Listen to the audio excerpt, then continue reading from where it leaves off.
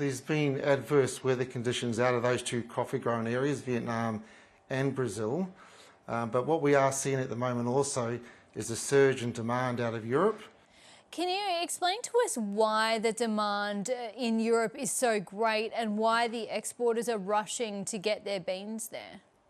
Yeah, at the moment out of Europe, new regulations come into force December around sustainability. It's the EUDR laws. There is a rush out of the major growing coffee areas into Europe. With these new regulations come a lot of compliance work for the farmers, and it's all around sustainability, and so they're just trying to get coffee in there, and then so they can now start complying early next year.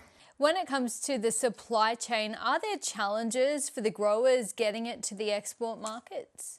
The challenges a lot of the growers are facing is around shipping and internal cartage. And it comes around the lack of available vessels and containers. So we found, particularly in the last 6 months, a lot of vessels are heading to Europe, and we are finding it does take longer now to get coffee from the coffee growing areas into Australia. Typically, pre-COVID, the transit time was approximately 30 days to 45 days out of the coffee growing areas. Now we're looking at 60 days to 75 days. Now, robusta prices are getting pretty close to what's considered the superior arabica prices. Is this unusual? It's very unusual. It's pretty much unprecedented. We've never seen robusta prices at these levels for so high. It's come about adverse weather conditions out of Vietnam and lack of supply. So what we've found now is because the harvest is poor and the next harvest outlook is poor because of adverse weather conditions, there's just not enough robusta to go around.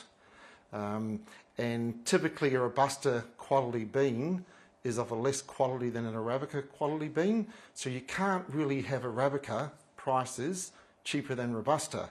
So it's indirectly pushing the arabica prices up.